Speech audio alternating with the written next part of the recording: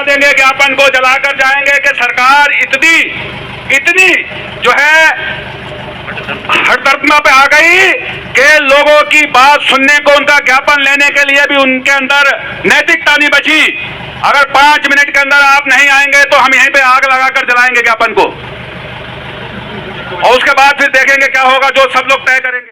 वो नॉर्म्स जो उन्होंने पूरे किए हैं, कम से कम वो हमें नहीं, गांव के प्रधान को, जो चुनाव जनप्रतिनिधि है, उसे तो कम से कम पता चले कि जो भारत सरकार के नॉर्म्स हैं, वो अगर एनओसी हुई है, वहां से एनवायरमेंट क्लियरेंस हुआ है नहीं हुआ है, पता ही नहीं चल रहा। बताने को ये तो आप बताएंगे साहब, मैं किससे, कौन बताएगा साहब?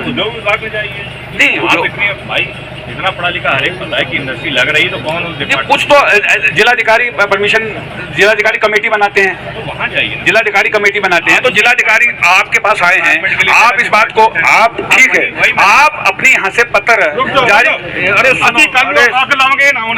वो बात अलग है, अरे बात को घुमाओ मत ना, समझो बात सुनो, जो आपकी लीगल, जो आपका कार्य बनता है। जब हम पुराल को आगे लगाते हैं, तहसील से क्यों आते हैं? एनवायरमेंट वाले हैं, एक्ट बना हुआ, क्या एक्ट बना? तो ये के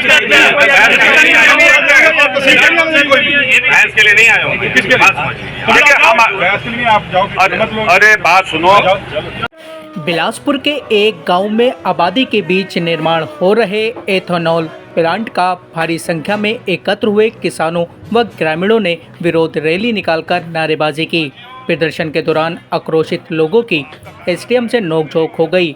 इस पर एसडीएम किसानों का बिना ज्ञापन लिए अपने दफ्तर में लौट गए। तभी हंगामा बढ़ता देख तहसीलदार व कोतवाल के मनाने पर आक्रोशित लोग शांत हुए।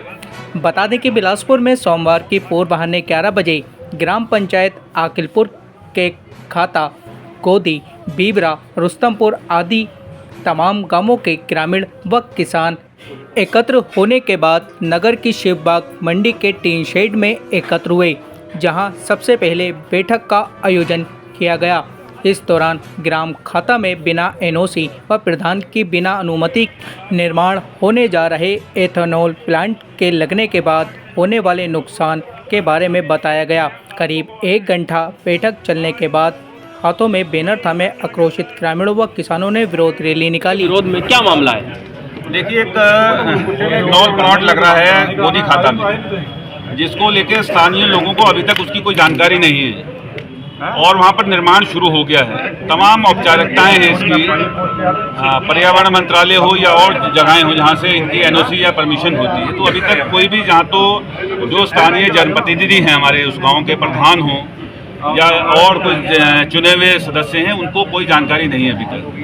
और जब तक एक नियम है कि कम से कम जन सुनवाई होती है इसके अंदर, और लोगों को पहले वहाँ पर विश्वास में लिया जाता है या वहाँ पर वोटिंग होती है, वो आज तक कोई भी ऐसा काम नहीं हुआ जिसका जानकारी गाँव वालों को। और इथेनॉल के प्लांट के लगने के कई दुष्परिणाम हैं। ये इथेनॉल प्लांट 2 तरह का है, कुछ तो स्टार्च बेस्ड है, कुछ मोलासिस बेस्ड है। अभी कौन सा प्लांट है, कौन सा टाइप 1 है, टाइप 2 है, अभी तक कोई पता नहीं। तमाम चीजें हैं फसलों के लिए और आम लोगों के लिए क्या नुकसान है? अभी तक जो पूर्णिया में लगा या पंजाब में लगा, उन प्लांट से जो निकलने वाले किरणें हैं, वो हमारे खाली फसल ही नहीं, फसलों को ही नहीं, आम लोगों के जनमानस के स्वास्थ्य पर प्रभाव डालेगा। उससे निकलने वाले पानी से फसलें नष्ट होंगी।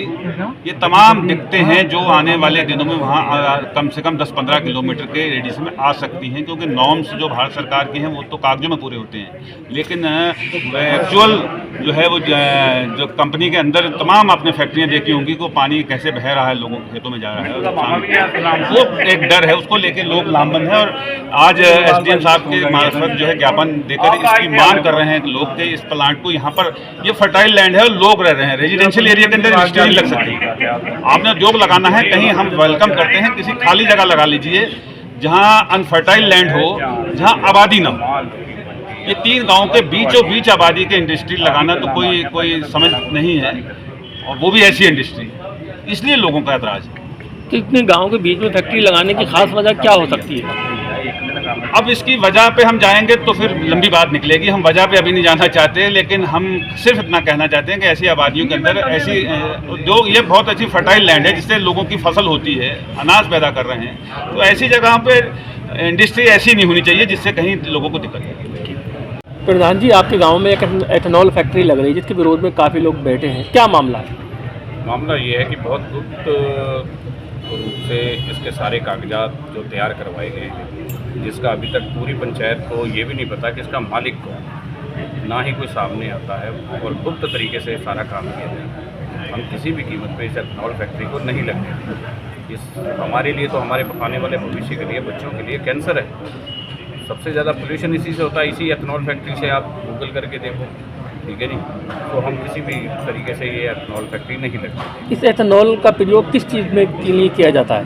ये डीजल और उसमें मिला के उसकी मात्रा को बढ़ा के गाड़ियों को चलाने के लिए उसके दिया जाता है, लेकिन इसको बनाने के लिए जितना पानी पर्याप्त चाहिए वो तो हमारे पास नहीं है उतना, जितना ये निकाल के हमारे आने वाले बच्चों का पानी पी जाएंगे ये। तो ये पानी, जब आपके यहाँ पर्याप्त पानी नहीं है तो ये कहाँ से निकालेंगे पानी? ये तो नीचे गहरा करके बोरिंग करेंगे जहाँ तक की है, ठीक है जी। ये तो गहरा करके 600 फुट तक ले जाएंगे, लेकिन आम जो फार्मर है इतना गहरा बोरिंग कहाँ से करवाएगा, ठीक है जी। ये तो आसपास के सारा पानी खींच लेंगे, और फिर पास में नदी है, उसका पहले ही इतना ज़्यादा पानी गंदा है, पोल्यूशन है, काला पानी है उसका, उसमें फिर ये उस पानी को और फेंकेंगे तो हमारी फसलों को पानी कहाँ से मिलेगा, कैसे होगा? तो फैक्ट्री के विरोध में आज क्या कार्यक्रम किया आपने? आज एसडीएम को ज्ञापन देना है, प्रशासन को जगाया जाए कि भैया आपने 140 इसकी ली है, ठीक है जी।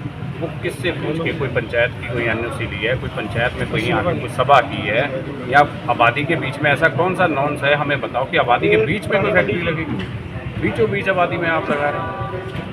आज तक तो हमने भारत के संविधान में किसी आबादी के बीचों बीच ऐसी फैक्ट्री लग जाए, सारे कानूनों की सच्चियाँ उड़ा के उसे 140 कर दिया गया।